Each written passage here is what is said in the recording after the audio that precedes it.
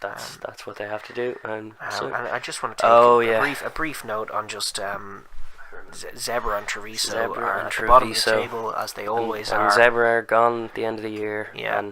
But just they're useless. It's utterly depressing. Yeah. Every year after year they are at the bottom of this table. I'm getting tired looking at them. Yeah. I'm getting tired even watching Leinster. I mean, it was fun, 70 points to 6 against Zebre, but at the same time, even the talking point the week before the Montpellier game when we were playing Zebre, it's like, this is a bad scheduling. We need a better game than this to get us ready for a top couture. Always that kind of conversation. And in Europe, it's always the second place qualifiers from their group as well, because they're in Europe as well. Yep. It's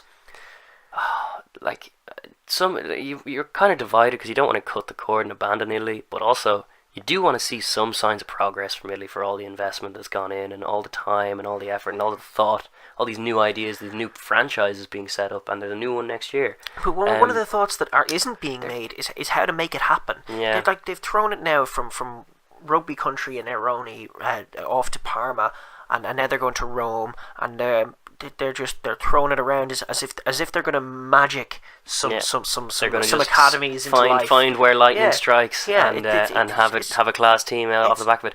It's such silly stuff compared to Georgia, say, in terms of their national side and stuff, but even the more provincial levels and the players they produce and just the love for the game. They've nurtured it and they've grown and they've seen how to grow, and now they've developed consistency in the tournament they're in. There doesn't seem to be any structure in Italy. There doesn't seem to be, outside of a few pockets, there doesn't seem to be any passion for the game in Italy. And that again, it's not, you can say, it's not a quick fix. It's not an easy fix. You say, woe is me, but that you can market that into existence, and you can certainly structure and produce a functioning academy that produces some good players, and instead it is lackluster and I suppose disorganized and Italian in the way that it's running, and they're running, the FIO is running Italian rugby into the ground at the moment, and I don't know that Conor O'Shea can fix it. No, these two teams are terrible.